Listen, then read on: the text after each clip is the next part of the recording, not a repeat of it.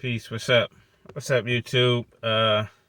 It's your boy IB coming back again. And I always said the name of the channel most definitely is gonna be The Naked Truth. And one of those truths is coming upon us, and it's kind of happened naturally.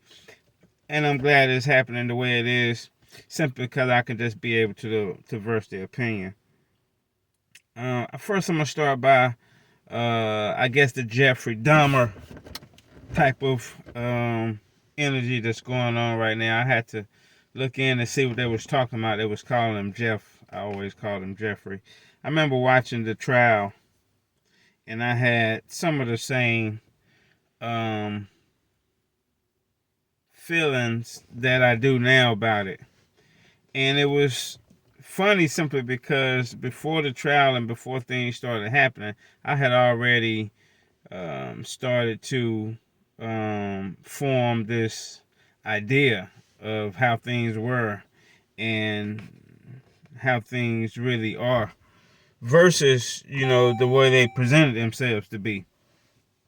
And the way that, things presented themselves to be is that we had clear free will. And that's kind of what I was taught. That's kind of what I was making a lot of my decisions upon, as I thought. And then we had the Jeffrey Dahmer case come around, and a little previous to this, I had started to get the inclinations of that the free will thing wasn't all what it held up to be, and the Jeffrey Dahmer case kind of solidified my thinking on why I wanted to be on what side of the road that I wanted to be on. And this is why. To sum it up, nicely is a song by the Rolling Stones called Sympathy for the Devil. And, I have been put on a journey my whole life that had me see the world in a way that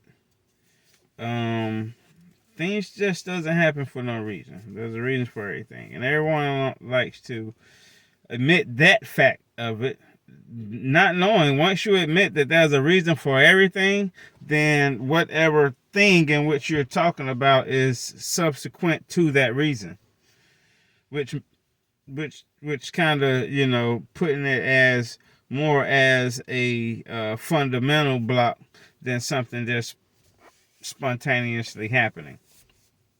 So with Jeffrey Dahmer, and the people he killed, and it's the most horrific, case I could find. But I had to realize, and what the thinking was, that the people that died and the people that was murdered the way they was murdered, pretty much had to go that way. Unfortunately, everyone's legacy is not what Michael Jordan legacy is. Everyone's legacy is not gonna be a Tiger Woods type of legacy.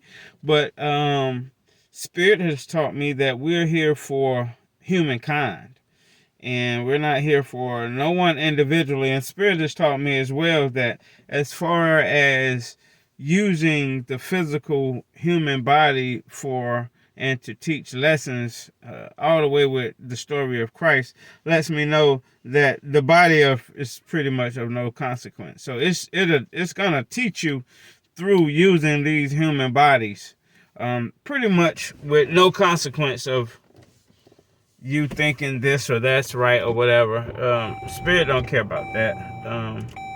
Spirit is gonna do what it needs to do to get the lesson taught and the point put across. So inside of that thinking, it had came to me long ago that, okay, here's a case where I really can dive into, and it's something too that made me kind of question this, but it came just a few years ago, but it still haven't shook and took away the foundation of this thinking, simply because it's kind of two-folded.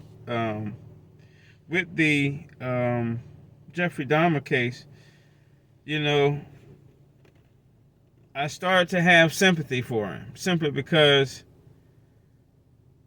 in the gist of things, if in fact my thinking was true, and those people that passed, and those people, and all people that leave this world, and that's one of the concrete things that we can really um, uh, cut out all the if, ands, and buts about, so because it's so final, if this person's supposed to be alive or not.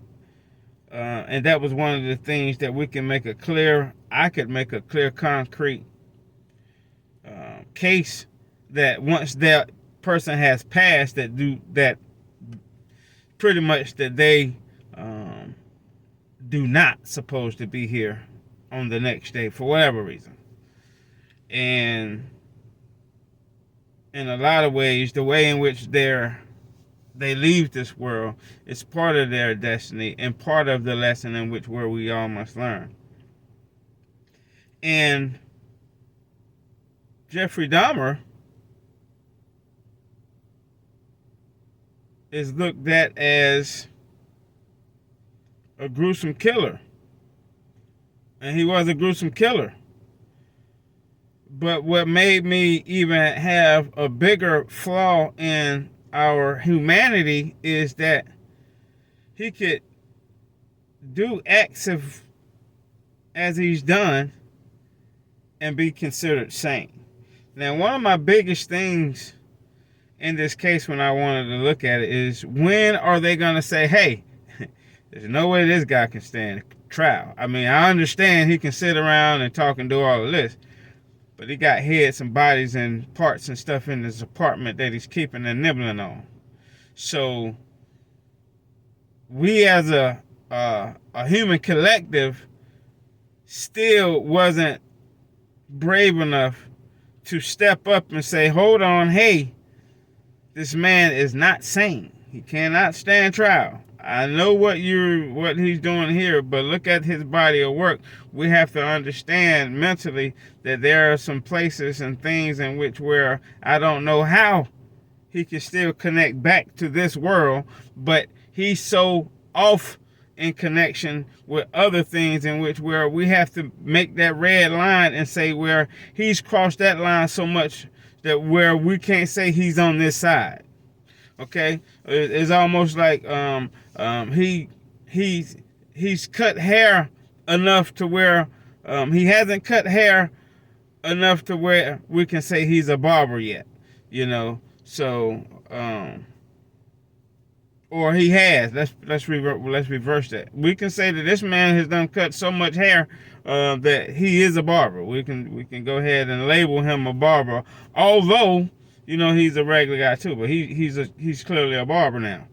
But we wasn't able to make that distinction. So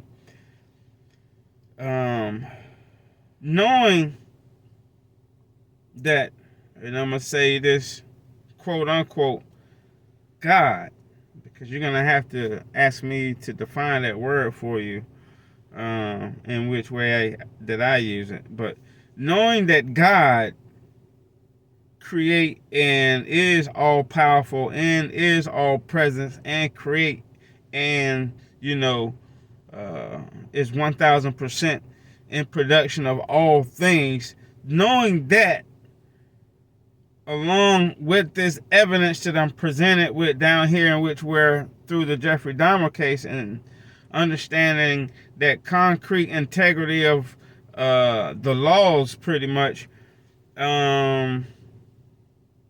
it made me understand that, as gruesome as some of these things that this man's done, God had to, supported by all of his life and all his victims, God had to have someone to perform his journey, to live out what we call his life. I'm glad it wasn't me. To be honest, I'm glad God has me doing something else. I'm glad that I wasn't put into the spirit like Jeffrey Dahmer was, to bring forth. Because once it comes into this time and space, that's another thing that we can say, hey, humanity brought forth. Either you like it or not, this is what humanity brought forth, and it was a lot more than one force, like person, place, or thing that does that. It's normally thousands of things that have to collectively happen to bring forth in this environment that we're living in this, in this experience that we're living in. So that was one of the things that made me say, hey, the things he brought forth, God was the one that made sure that everything came together in a way in which he would be able to perform such a task, and he had to make that sacrifice with his life and do it. And it should be a big lesson to how this life thing goes, and how we treat people in where we find that they are in a particular, let's say, dimension in where we're just not in. We needed to, like right now, we needed to be still talking to Jeffrey Dahmer about what's going on with him and what happened and what's going on and we needed to have still constant contact with that world he was able to tap into. He was also having sex with those deceased victims. Understand me? So, he's not on our side of the law, where me and him can be judged the same. And they did that. You as a people killed John F. Kennedy. Same thing, we did that. So that's our fault.